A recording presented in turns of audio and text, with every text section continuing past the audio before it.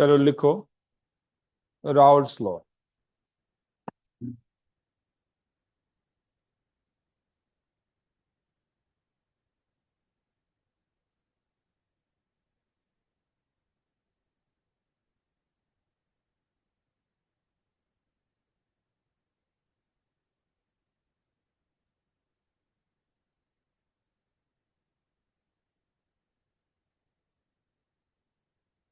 Raoult's law, ठीक है।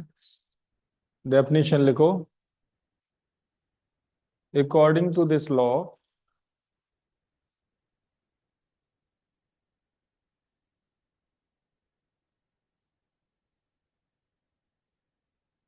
the vapor pressure of a solution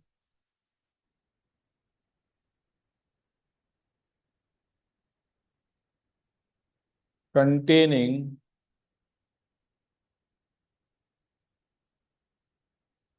non-volatile solute. Vapor pressure of a solution containing non-volatile solute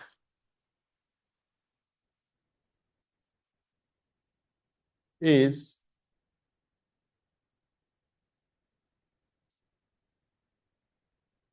is directly proportional to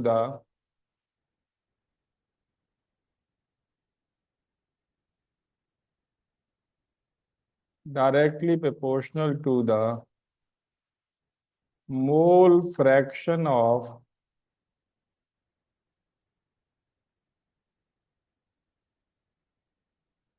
solvent. Mole fraction of solvent.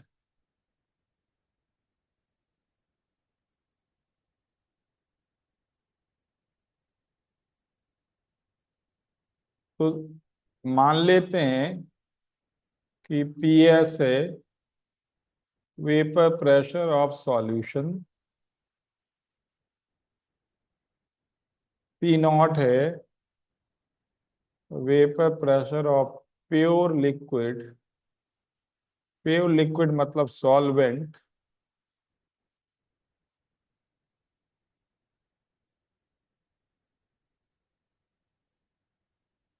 तो Raoult's law ये है कि P S proportional to mole fraction of solvent.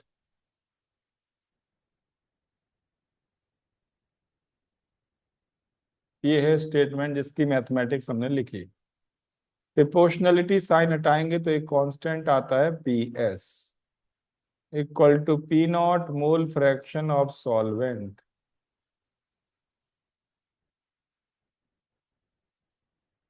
ये है Raoult's law की equation जिसमें solvent का mole fraction है।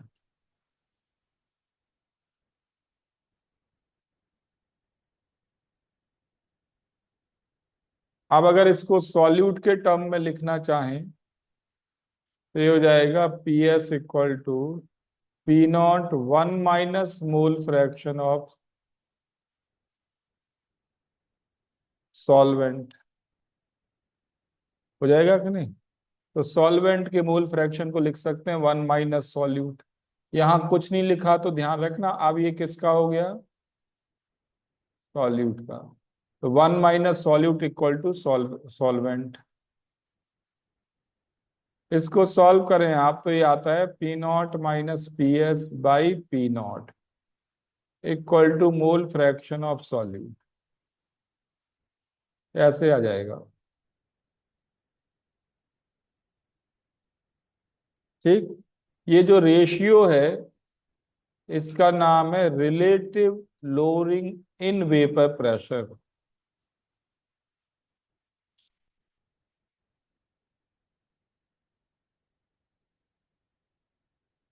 Relative lowering in vapour pressure.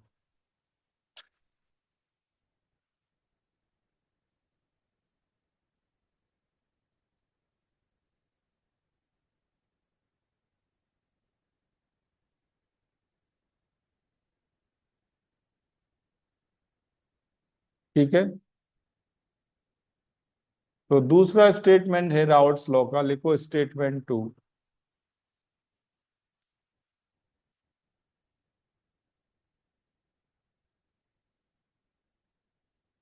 According to Raoult's law,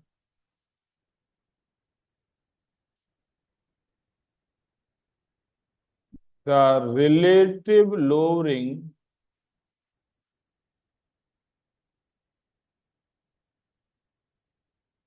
in the vapor pressure of a solution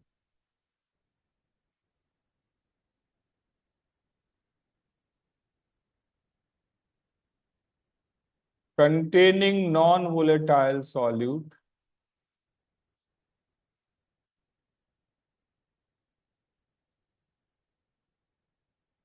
containing non-volatile solute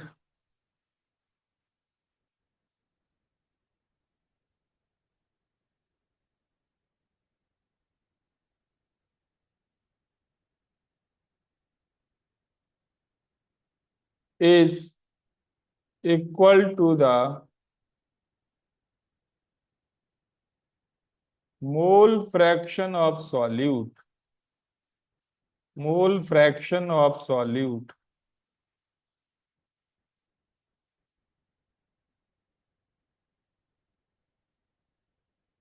ये दूसरा statement है।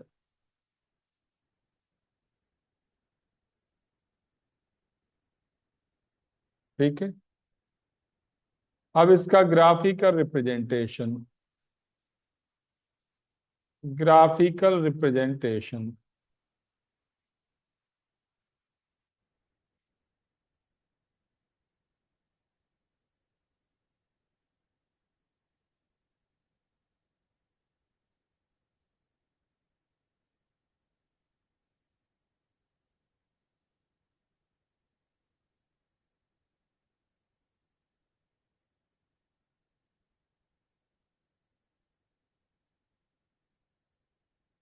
Graphical representation में आप ग्राफ बनाएं।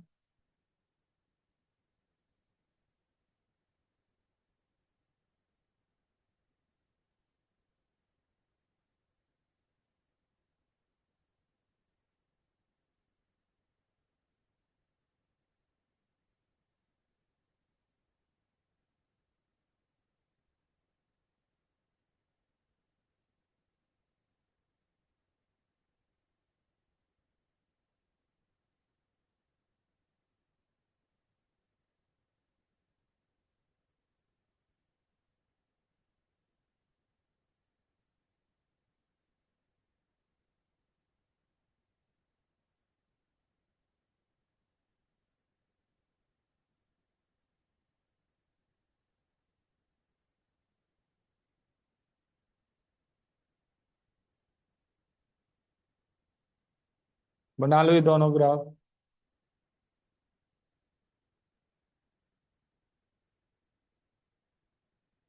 पहला ग्राफ है PS and mole fraction of solvent.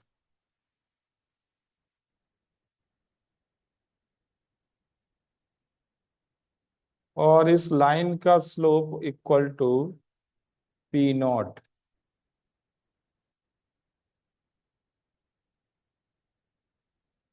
तो इसमें एक्स एक्सिस पे सॉल्वेंट का मोल फ्रैक्शन है,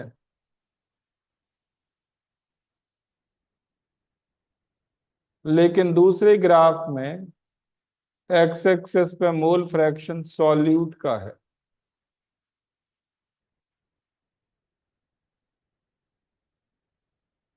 और ये है स्लोप पी नॉट माइनस में।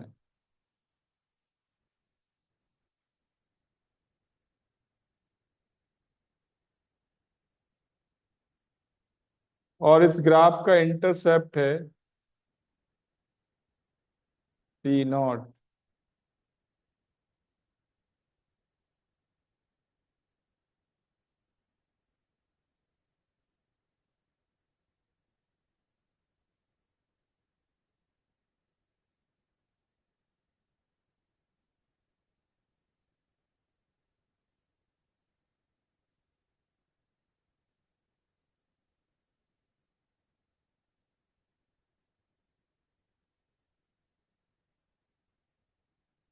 ठीक है, लिख लिया।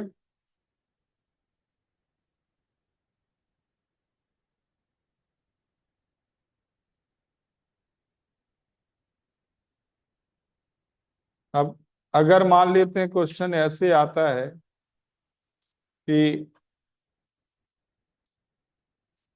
ये दो सॉल्वेंट के लिए ग्राफ है, P S against mole fraction of solvent.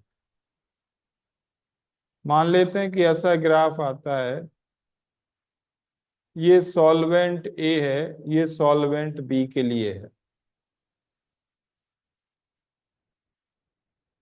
Compare volatile nature of solvents A and B. A और बी सॉल्वेंट के वोलेटाइल नेचर कंपेयर करो।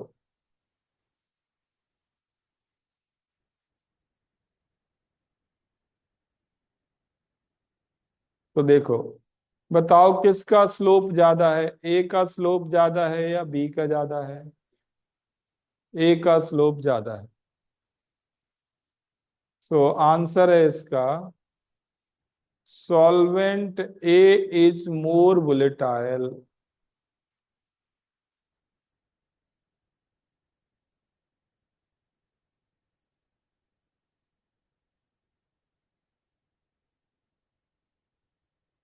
ठीक है, रीजन क्या है इसका? रीजन है P naught value of A greater than P naught value of B.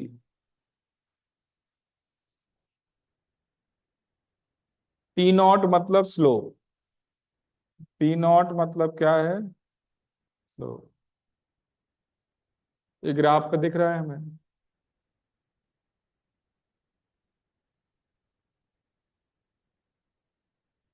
ठीक है,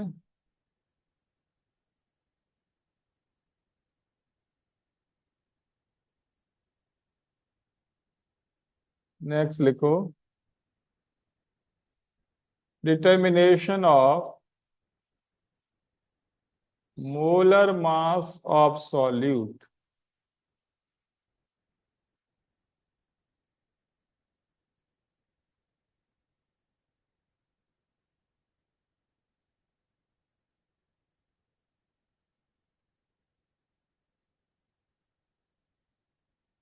मोलर मास ऑफ सॉल्यूट। तो आपने लिखा P naught minus P S by P naught equal to mole fraction of solute. इसको आप ऐसे भी लिख सकते हैं, small N by N plus N, where small N क्या है बताओ? Moles of solute. Capital N क्या है? Moles of solvent.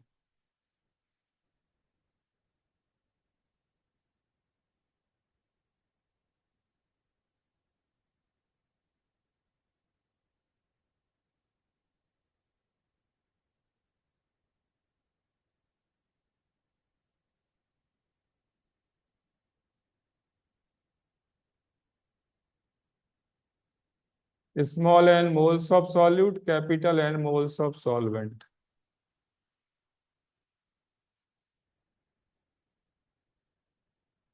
इसको उल्टा कर दें,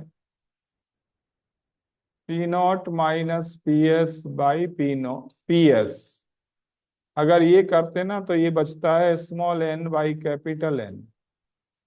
इसको मल्टीप्लाई करके सॉल्व करके चेक कर सकते हैं। ठीक है, डिनोमिनेटर में पी नॉट की जगह पी एस आता है तो small N by capital N बचता है। यहां से हमें निकालना है स्मॉल एन।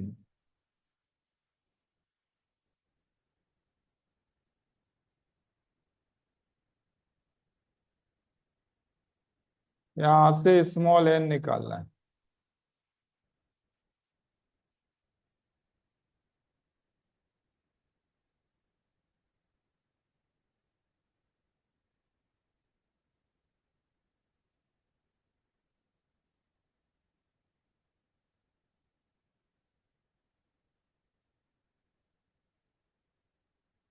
स्मॉल एन है मोल्स ऑफ सॉल्यूट, ठीक है। एंड ऑल्सो स्मॉल एन बराबर क्या होता है, given mass by molar mass.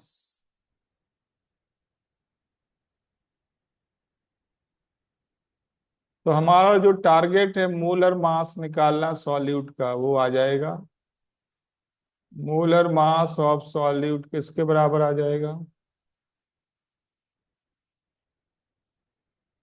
Given mass by N.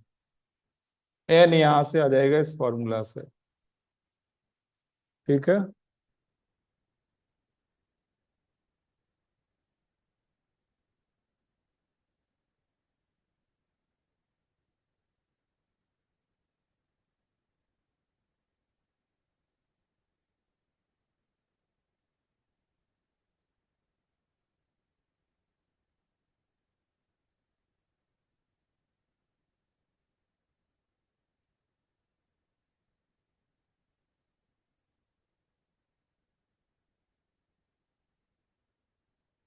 NCERT देखें,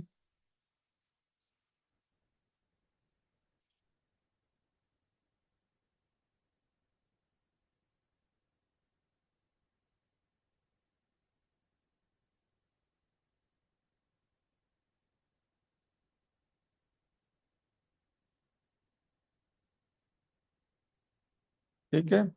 ये है सॉल्व्ड प्रॉब्लम 1.6, सॉल्व्ड प्रॉब्लम 1.6।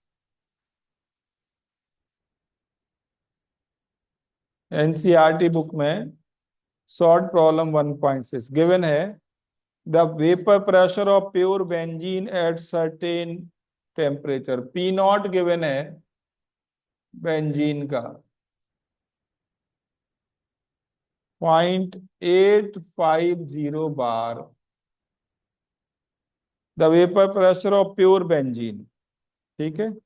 आगे लिखा है a non volatile non electrolyte solid weighing 0.5 gram.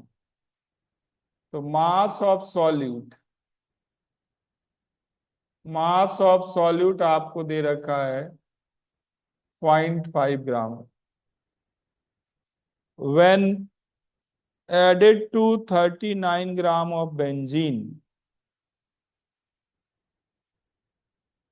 mass of benzene, benzene मतलब सॉल्वेंट, 39 ग्राम।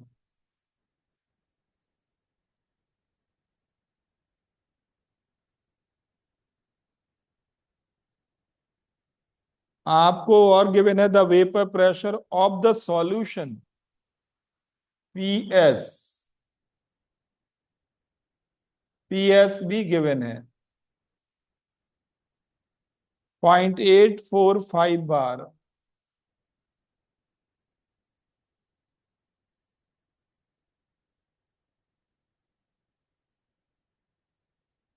आपको मोलर मास बताना है सॉल्यूट का,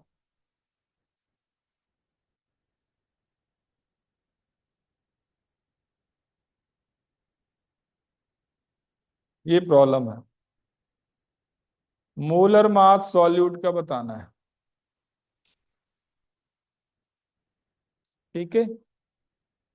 तो ये फॉर्मूला बेस्ड प्रॉब्लम है बेटा, फॉर्मूला बेस्ड।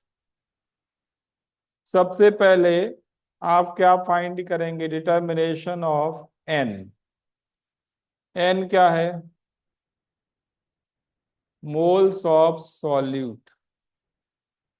तो एन इक्वल टू है capital N into P naught minus P S by P naught. सारे डाटा आपको गिवन है।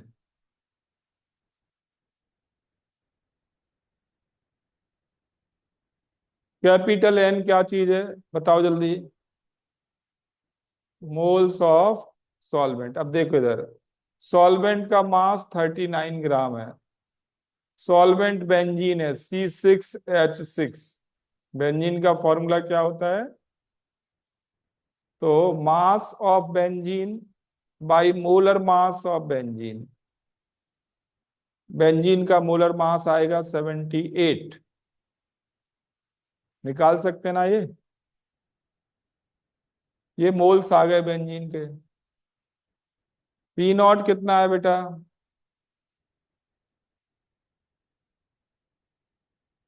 0.850। पी एस कितना है? 0.845 डिवाइडेड बाई 0.850।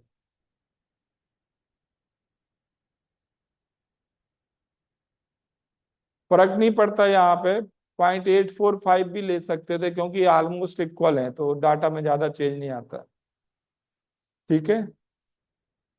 और यहाँ पी एस भी ले सकते थे। तो अब इसको सॉल्व करके एन निकालो। एन निकालने के बाद क्या करना? डिटर्मिनेशन ऑफ मोलर मास।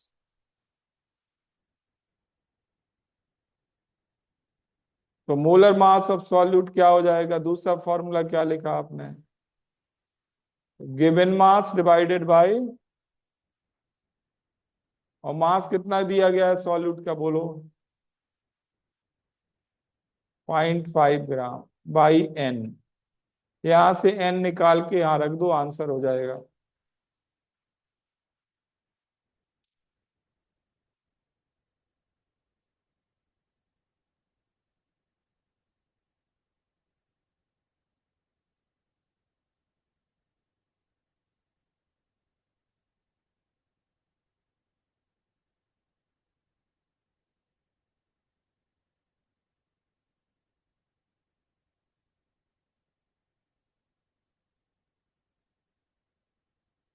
जल्दी करो, समझ में आ गया बेटा?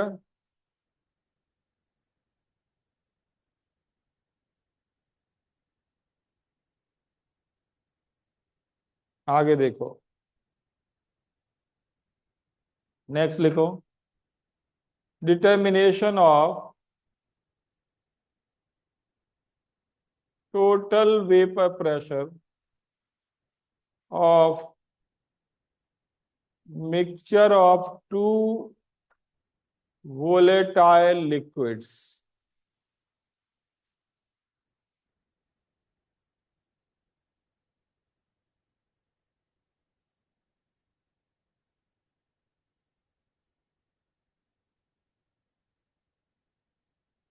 मान लेते हैं कि एक लिक्विड ए है,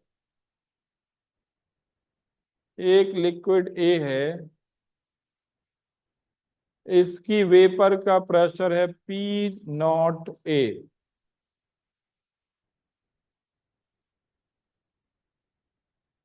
दूसरा लिक्विड है बी,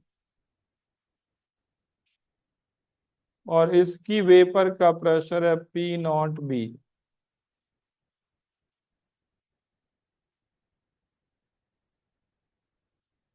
ए एंड बी दो लिक्विड हैं, दोनों को मिला दिया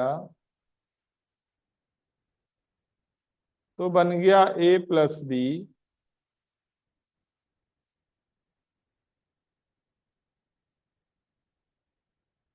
और ये बनाया हमने आइडियल सॉल्यूशन।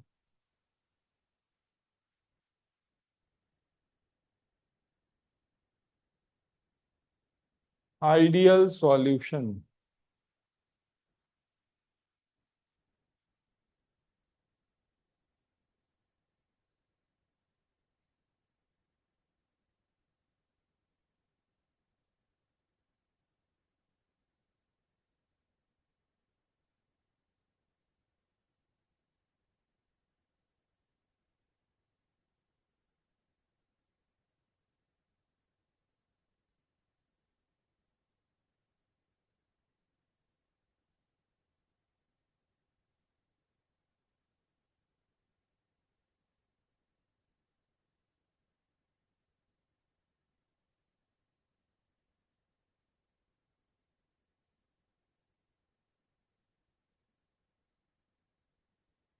ठीक है। अब यहाँ पे ए और बी दोनों की वेपर्स बनेंगी। ए और बी दोनों की वेपर बनेंगी, तो ए का प्रेशर पी ए लिख रहा हूं मैं, बी का प्रेशर पी बी लिख रहा हूं।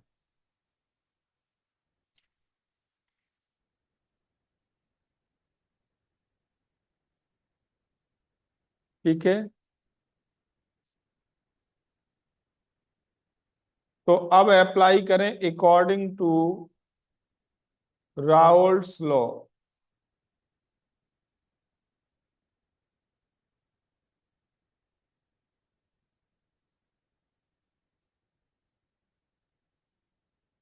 partial pressure of vapor A, it will be equal to P naught A mole fraction of A.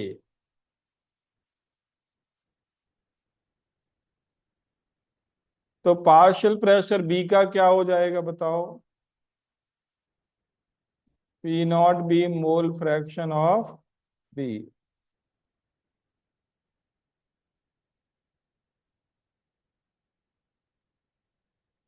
ये राउट्स लॉ यूज करके दो इक्वेशन लिख सकते हैं। ए और बी के वेपर प्रेशर पता लग गए, और ये मोल फ्रैक्शन से ध्यान देना, इसके अंदर ये मोल फ्रैक्शन है काई ए काई B. These are the mole fractions of component A and B.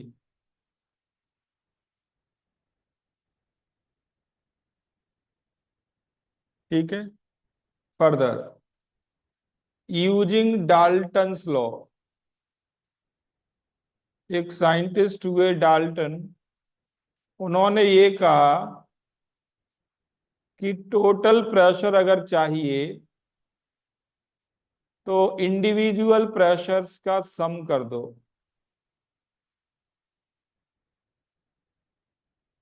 Dalton law है, टोटल प्रेशर अगर चाहिए तो इंडिविजुअल प्रेशर्स का सम करो।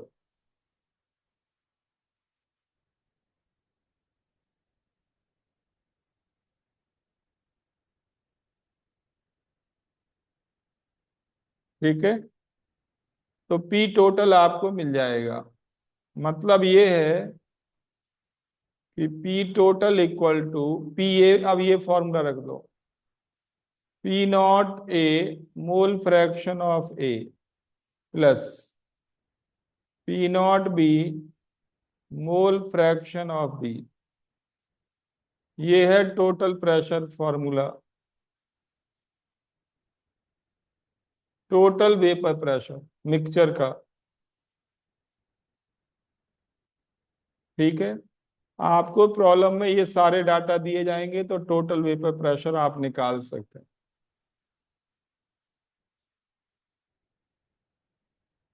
ठीक, अब आपको बताना हो ये जो वेपर बनी इसका कंपोजिशन लिख लो। नेक्स्ट, डिटर्मिनेशन ऑफ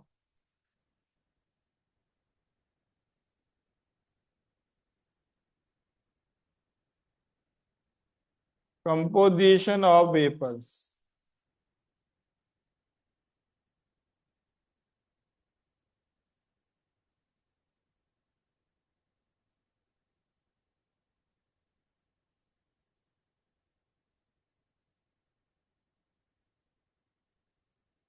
ठीक है, तो फिर से आपको यूज करना होगा using Dalton's law for mixture of vapours. Dalton law किसके लिए अप्लाई होता है बेटा? For mixture of vapours. ठीक है, तो ये डाल्टन लॉ का स्टेटमेंट है, mole fraction equal to, Dalton law है ये, partial P partial pressure by total pressure.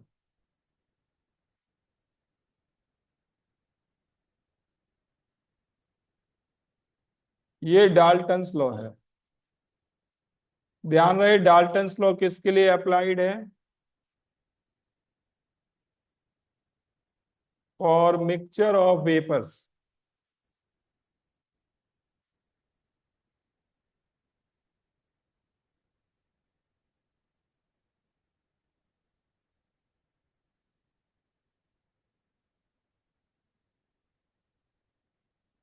ठीक है।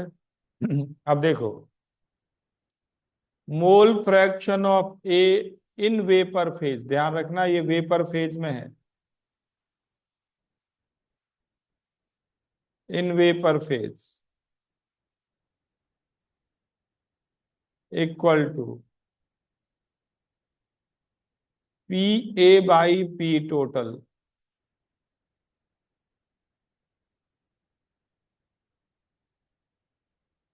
ठीक, तो मोल फ्रैक्शन ऑफ ए हो जाएगा, पी ए की वैल्यू रख देते हैं, P naught A mole fraction of A in वे लिक्विड फेज, और P total P naught A mole fraction of A, P naught B mole fraction of B.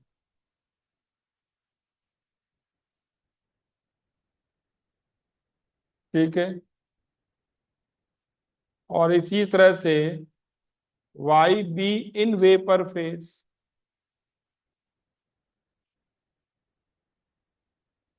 ये हो जाएगा P naught B mole fraction of B,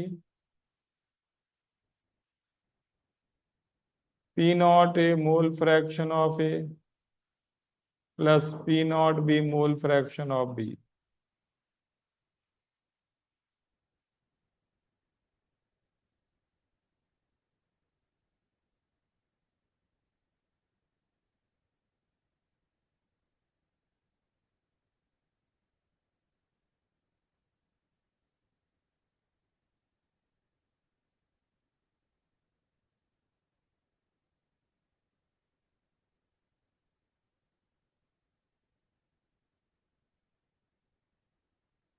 ठीक है, लिख लिया सबने?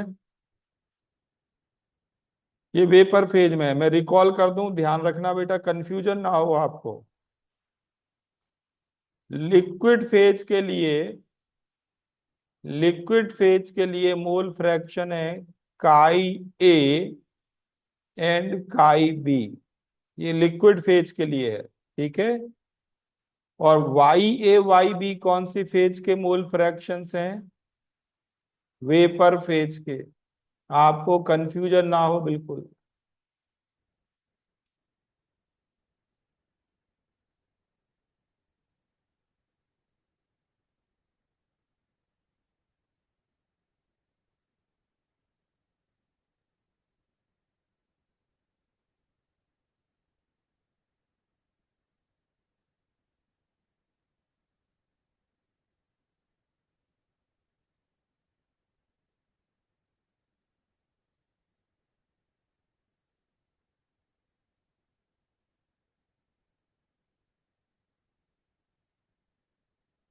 ठीक है, इसमें नोट कर लो, ये प्रॉब्लम एग्जाम में आई हुई है। If P naught A greater than P naught B, मतलब अगर ए ज्यादा वोलेटाइल है बी से, अगर ऐसा है तो मोल fraction of A in vapour phase will be greater than mole fraction of A in liquid phase.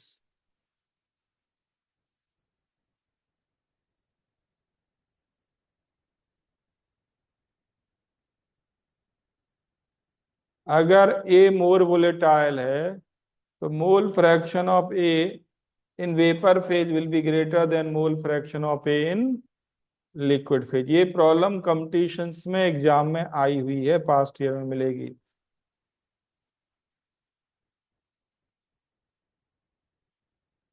ठीक है, और बी के लिए क्या लिखेंगे फिर बताओ?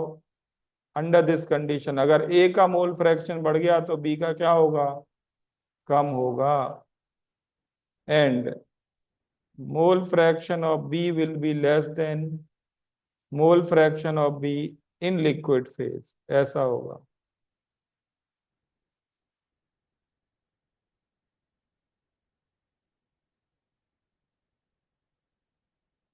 B, sorry.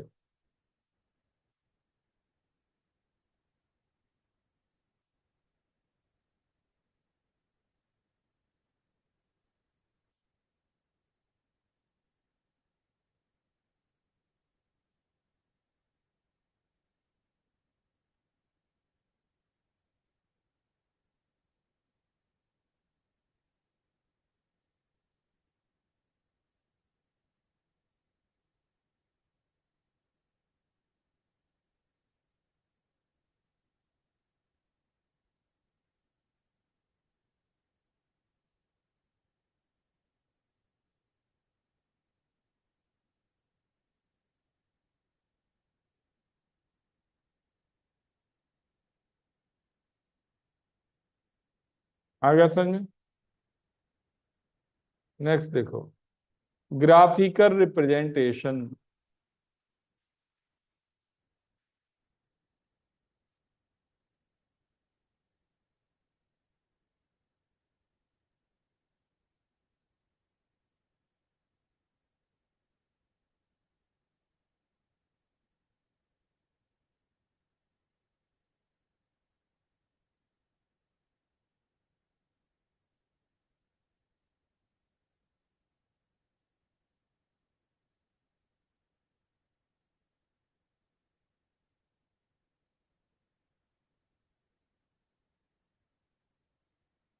बना ले इतना जल्दी से।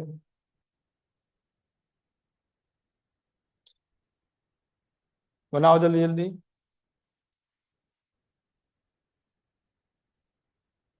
प्रॉपर बनाना ये, इसमें दोनों लिक्विड एक साथ दिखाई पड़ेंगे।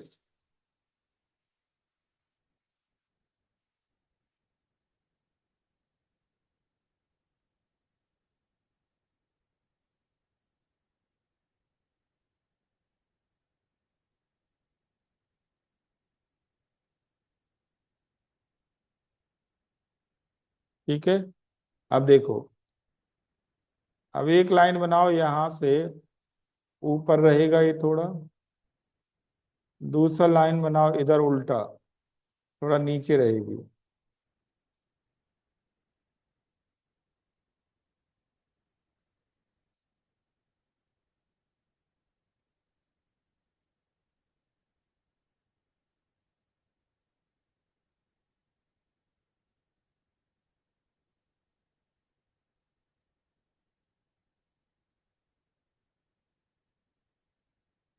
बना लिया इतना। और अब फाइनली ध्यान दो, इन दोनों पीक पॉइंट को मिला दो।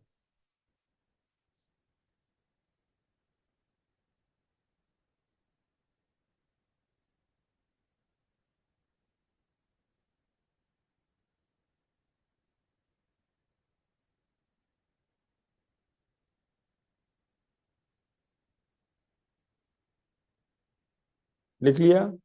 अब देखो ये ग्राफ क्या बता रहा है आपको, ध्यान दो अब, ध्यान देना बेटा। वाई एक्सिस पे तो है वेपर प्रेशर्स,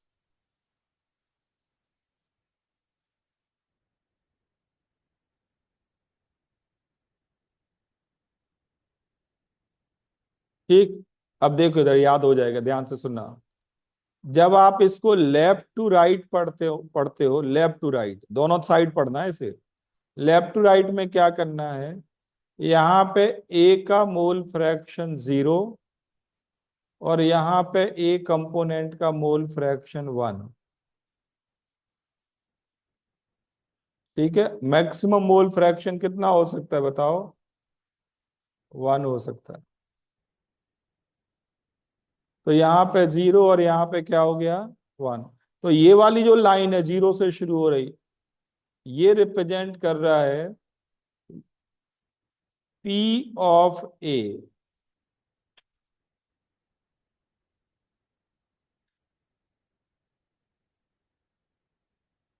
ठीक है, और ये लाइन जो फाइनली पहुंच रही है जहां पे, वो वैल्यू है पी नॉट ए।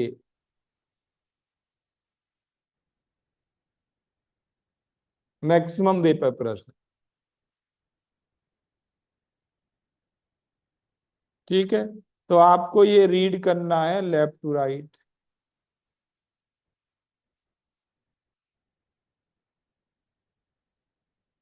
इतना क्लियर है? अब इसी ग्राफ को राइट टू लेफ्ट पढ़ो, राइट टू लेफ्ट।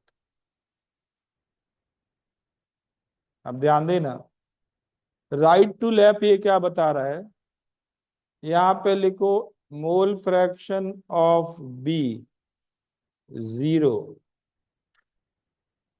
और यहाँ पे मोल फ्रैक्शन ऑफ बी 1। तो कौन सी लाइन बी को रिप्रेजेंट कर रही है, प्रेशर ऑफ बी, यहां से जो 0 से शुरू हो रही, ये क्या है, फॉर कंपोनेंट बी। ठीक है, ये पूरी लाइन। और जहां पे ये मैक्सिमम पहुंच रही है इसकी वैल्यू क्या है, पी नॉट बी।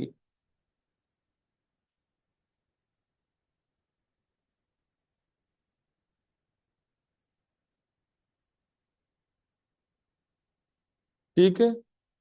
जब बी का मोल फ्रैक्शन 1 है, ध्यान रखना, और ए का 0 है, तो हमारे पास सॉल्यूशन है, उसे कहेंगे प्योर बी। और जब ए का मोल फ्रैक्शन 1 है और बी का 0 है तो क्या कहेंगे, प्योर ए।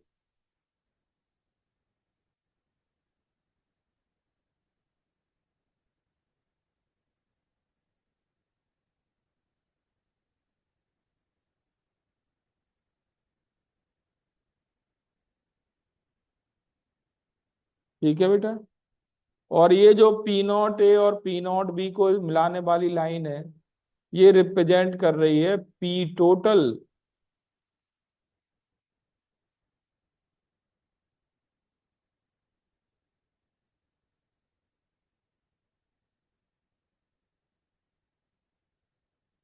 ये ग्राफ आपको बोर्ड एग्जाम में बनाने को आएगा, एनसीईआरटी बुक में गिवन है कि आपके पास ए और बी दो सॉल्यूशन का मिक्सचर है, तो उनके पार्शियल प्रेशर और कंपोजिशन का ग्राफ बनाओ।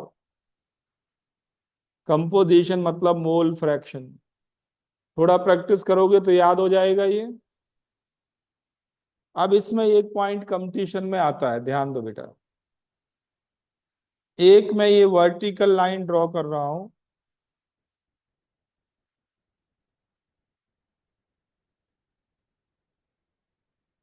और इस पे पॉइंट के नाम लिख रहा हूं मैं, के, एल, एम, एन।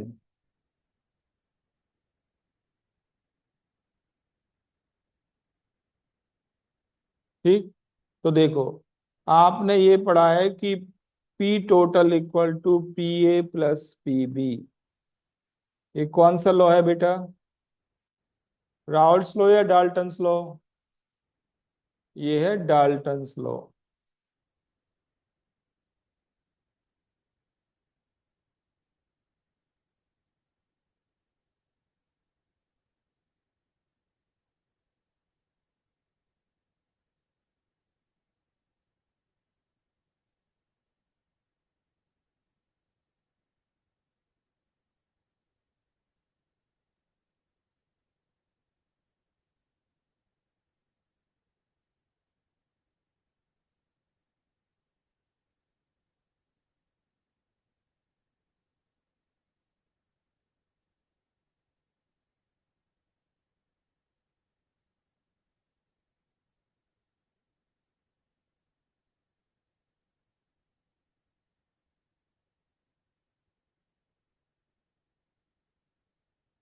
ठीक है, ये है डाल्टन लॉ। अब पी टोटल किसके बराबर है, के एन के बराबर। ग्राफ पे देखो, एन से रीड करो तो के पॉइंट तक, तो पी टोटल है के N.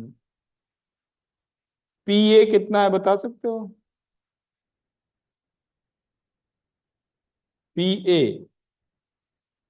L N. P B कितना है बता सकते हो, एम एन। तो कंपटीशन में आया था कि ये रिलेशन कौन सा लॉ एक्सप्लेन कर रही है, तो आंसर है डाल्टन्स लॉ।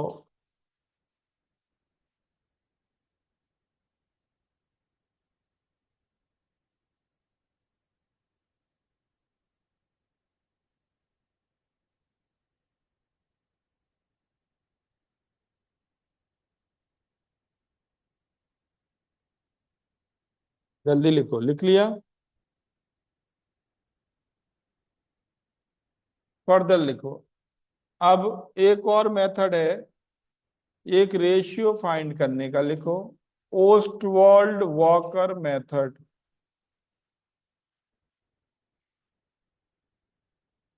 नोट कर लें, ये आपके बोर्ड एग्जाम के लिए नहीं है, not in NCERT.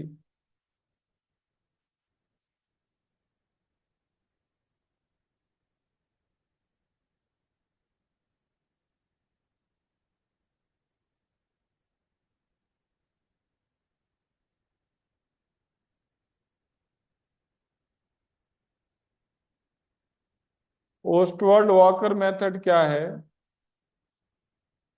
Determination of P naught minus P S by P not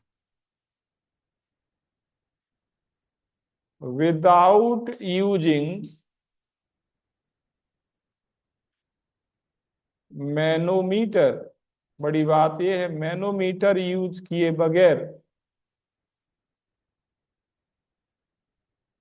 आपको मालूम है पहली क्लास में आपने पढ़ा था कि पी नॉट और पी एस निकालने के लिए जो डिवाइस यूज करते हैं उसका नाम क्या है? मैनोमीटर। अब वो डिवाइस यूज किए बगैर हम ये रेशियो बता सकते हैं। कैसे? ये मेथड ओस्टवर्ड वॉकर मेथड कहलाता है। इन्होंने क्या किया, एक बीकर में सॉल्यूशन ले लिया, ठीक है, इसमें सॉल्यूशन भर दिया। सॉल्यूशन का इक्विलिब्रियम होगा वेपर के साथ, ये तो मालूम ही है आपको, सारा डेफिनेशन पढ़ ही चुके हैं। दूसरे में क्या किया उन्होंने, साइड वाइज सॉल्वेंट ले लिया। सॉल्वेंट, यहां सॉल्वेंट की वेपर इक्विलिब्रियम पे है।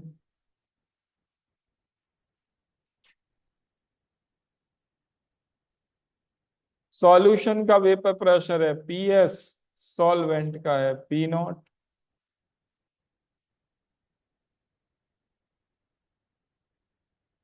और एक कैल्शियम क्लोराइड ट्यूब ली।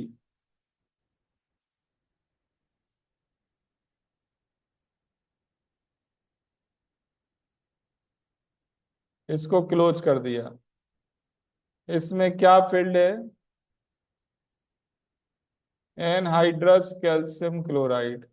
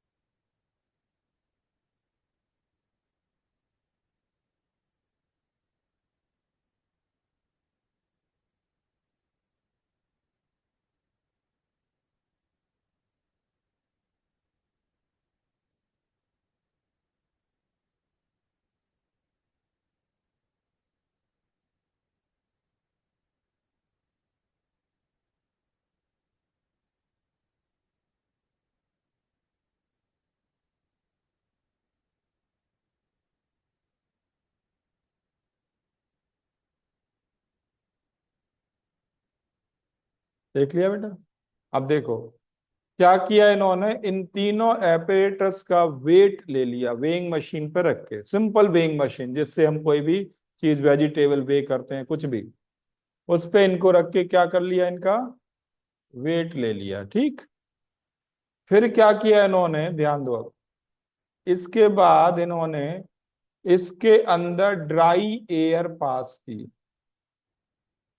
फिर यहां से जो ड्राई एयर निकली वो दूसरे में पास कर दी।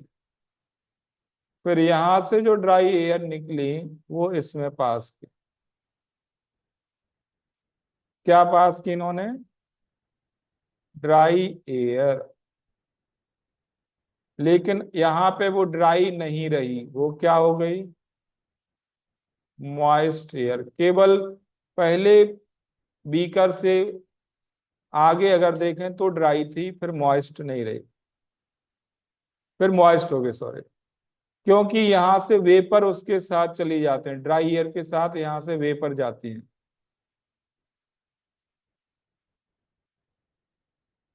ठीक है, तो हुआ क्या, सॉल्यूशन का वेट कम हो गया, सॉल्वेंट का वेट भी कम हो गया, लेकिन एनहाइड्रस CaCl2 ट्यूब का वेट बढ़ जाता है।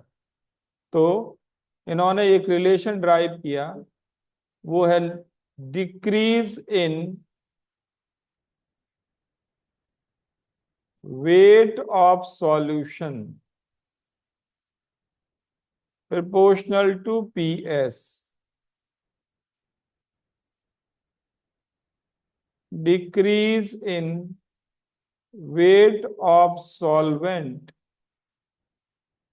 Proportional to P0 minus PS।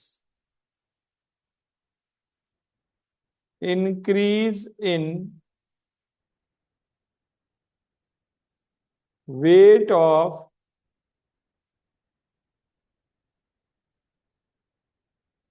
CaCl2 tube proportional to P0, इन दोनों का टोटल।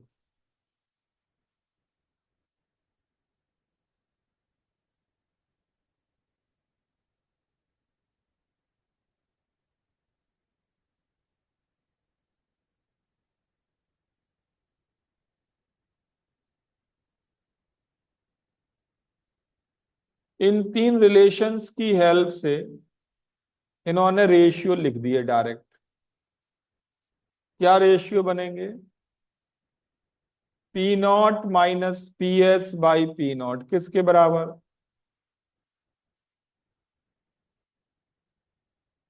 ये किसके बराबर, देखो, P0 minus PS by P0 किसके बराबर हो जाएगा, decrease in weight of solvent divided by increase in weight of CaCl2 tube. लिख लो ये फॉर्मूला।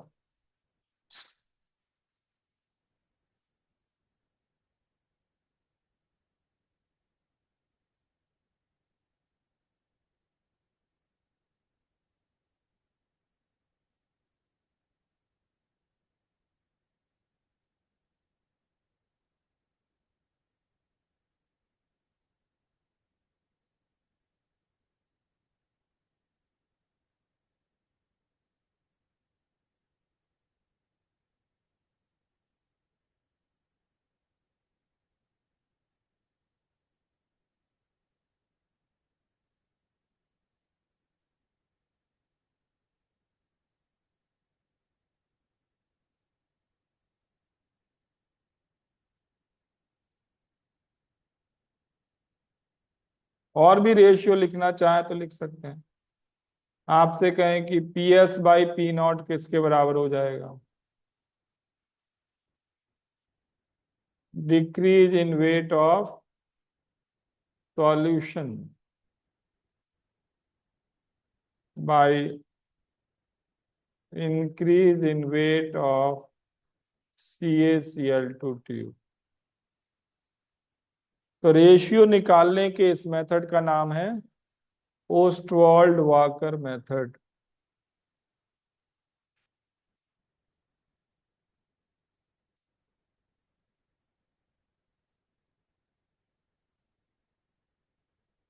तो ये हमने अभी तक स्टडी की कि वेपर प्रेशर की हेल्प से मोलर मास कैसे निकालते हैं, राउट्स लॉ। ठीक है, अगला पॉइंट है बॉइलिंग पॉइंट यूज करके मोलर मास कैसे निकालेंगे, लिखो, डिटर्मिनेशन ऑफ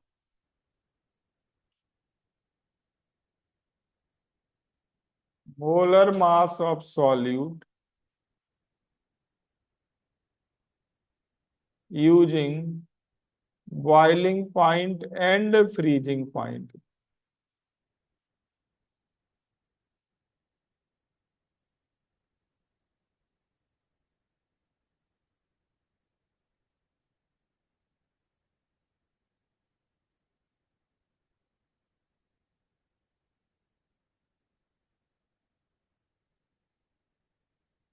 ठीक है।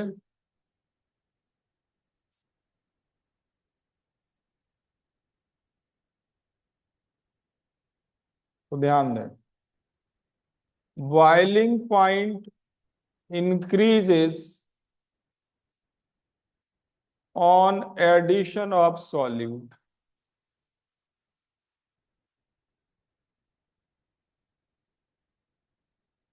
Freezing point decreases on addition of solute.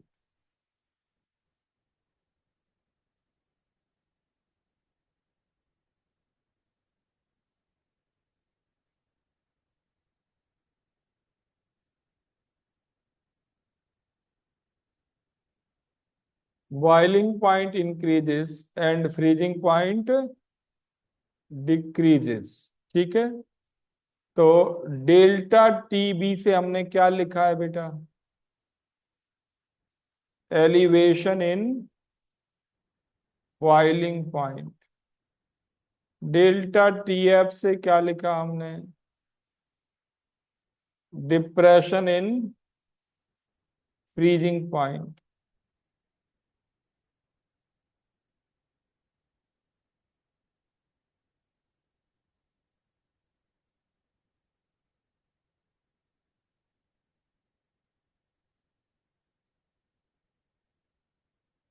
ठीक है।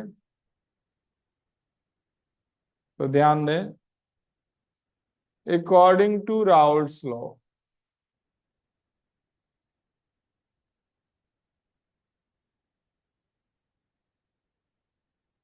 Delta T B is found to be proportional to molality. क्या चीज लेनी है सॉल्यूशन की? मोलैलिटी।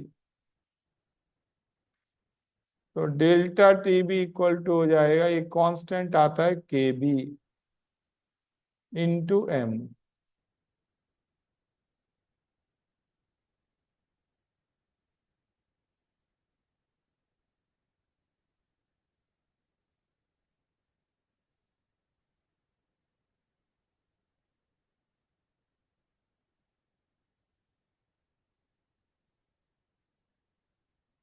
ठीक है।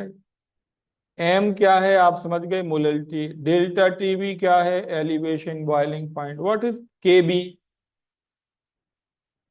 के बी के दो नाम हैं, molal elevation in boiling point constant.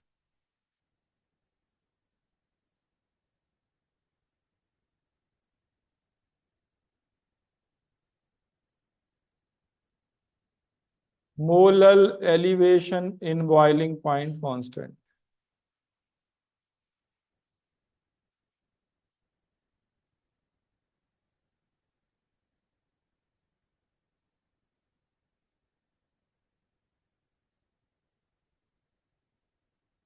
ठीक है। या इसका दूसरा नाम है ई बी यू, इब्यूलियोस्कोपिक कांस्टेंट।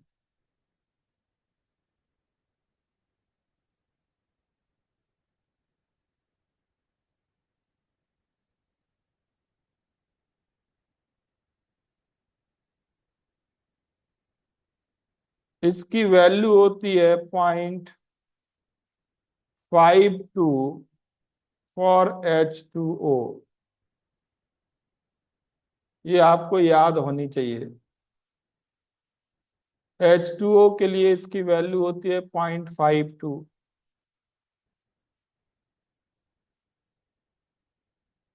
ठीक है।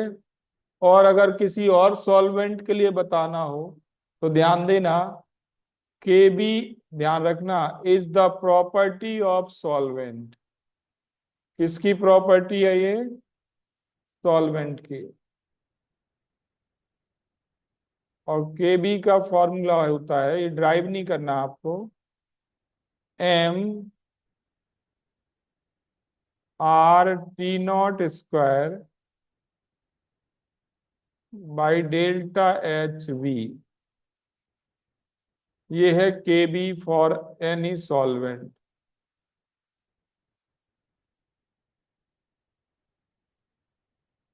इस फॉर्मूला में टी नॉट है boiling point of solvent,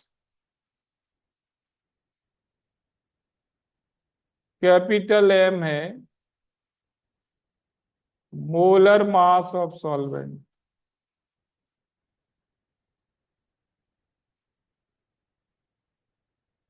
in KG, R है इसमें लेना है 8.314 जूल पर मोल पर केल्विन, ये आर लेना है।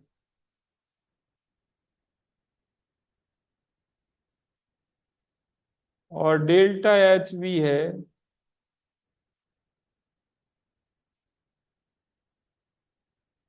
Enthalpy of vaporization in in joule पर मोल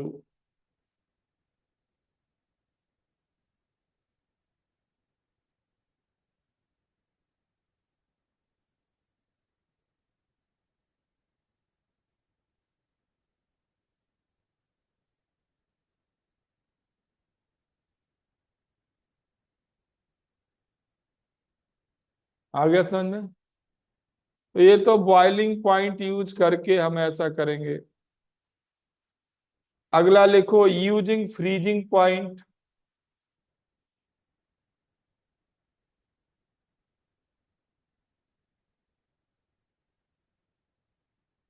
तो इसके मैं डायरेक्ट फॉर्मूला लिख रहा हूं, आप डेल्टा टीबी की जगह डेल्टा टीएफ, केबी की जगह केएफ इंटू एम,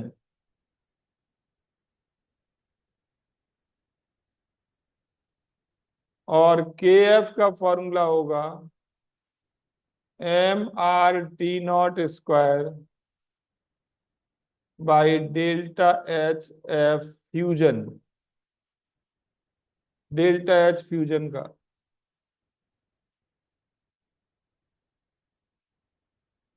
और के एफ क्या है यहाँ पे? इसका नाम है molar depression in freezing point constant. और दूसरा नाम है क्रायोस्कोपिक कांस्टेंट।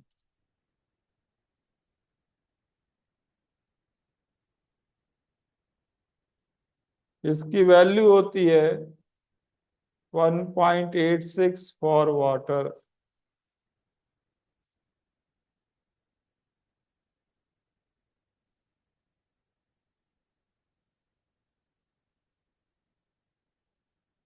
ठीक है।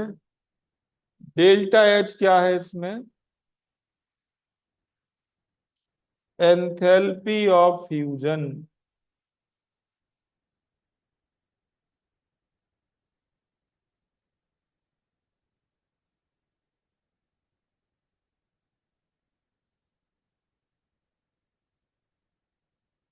ठीक है, एंथैल्पी ऑफ फ्यूजन।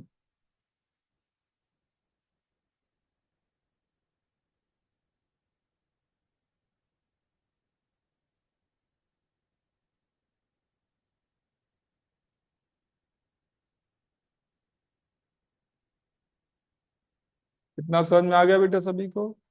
तो vapour pressure, boiling point and freezing point, तीनों की हेल्प से आप क्या निकाल सकते हैं? Molar mass. तीनों का पर्पज क्या है, क्या निकालना? इस चैप्टर का पर्पज क्या है? मोलर मास। सॉल्यूट, ये एक मैंने वेपर प्रेशर की प्रॉब्लम तो आपको बता दी।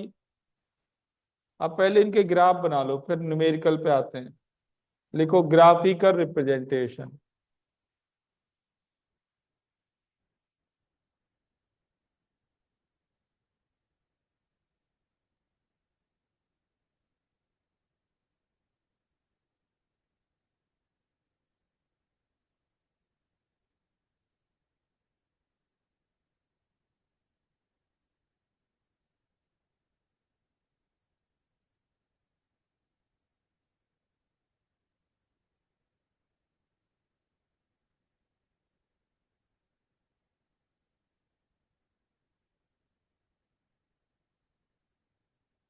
ग्राफ बनाना है आपको पी और टी के बीच। ठीक, तो देखो, ये ग्राफ है सॉल्वेंट के लिए और ये है सॉल्यूशन के लिए।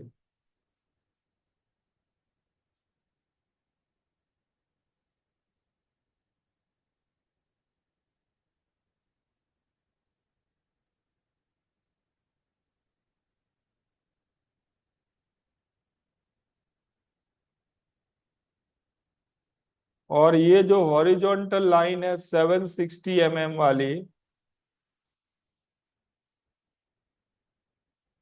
इस पे आपको पता लगेगा सॉल्वेंट का बॉइलिंग पॉइंट पी नॉट और सॉल्यूशन का बॉइलिंग पॉइंट टी एस। आप देख सकते हैं सॉल्यूशन का बॉइलिंग पॉइंट ज्यादा है, इनके डिफरेंस को हमने नाम दिया डेल्टा टी बी। ठीक है,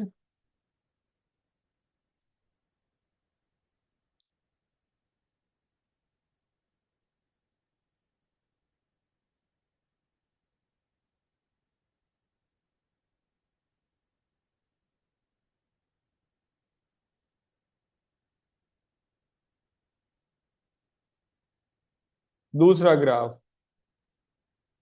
पी अगेंस्ट टी।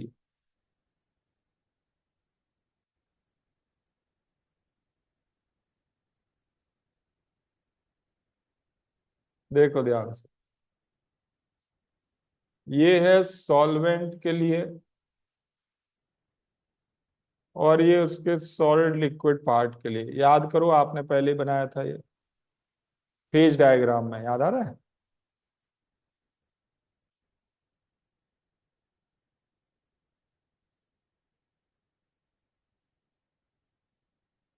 और ये सॉल्यूशन के लिए।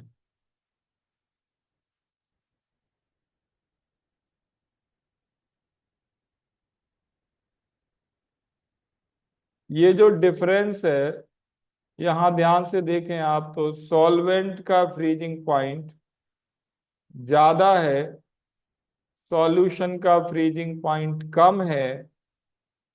इनके डिफरेंस को क्या नाम दिया था? Delta T F.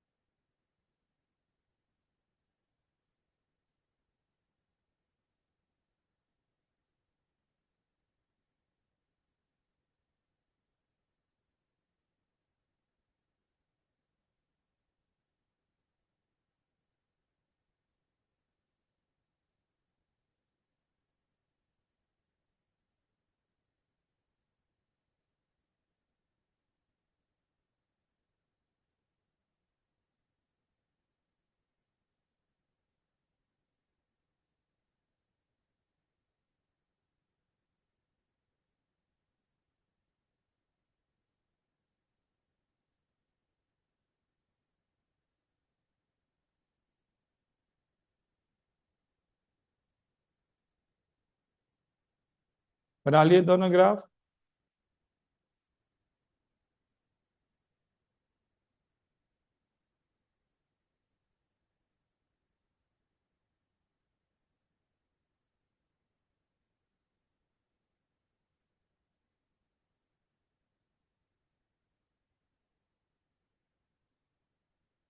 ये वाला जो पार्ट है यहाँ पे, ये वाली लाइन, ये है फ्रोजन सॉल्वेंट, सॉलिड फॉर्म में फ्रोजन सॉल्वेंट।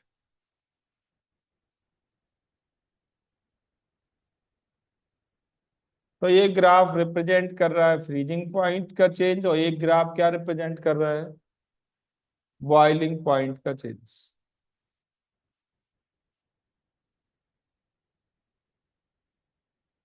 ठीक है, अब प्रॉब्लम नंबर देखें आप जो घर जाके करेंगे।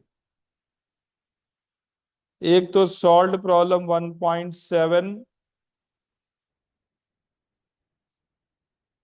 Solve problem 1.8,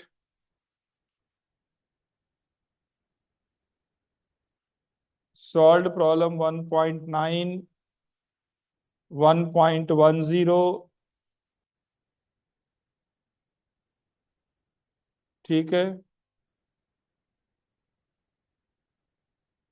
solve problem 1.11,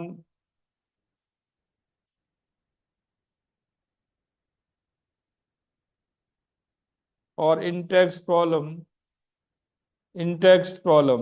1.9, 1.10, 1.11।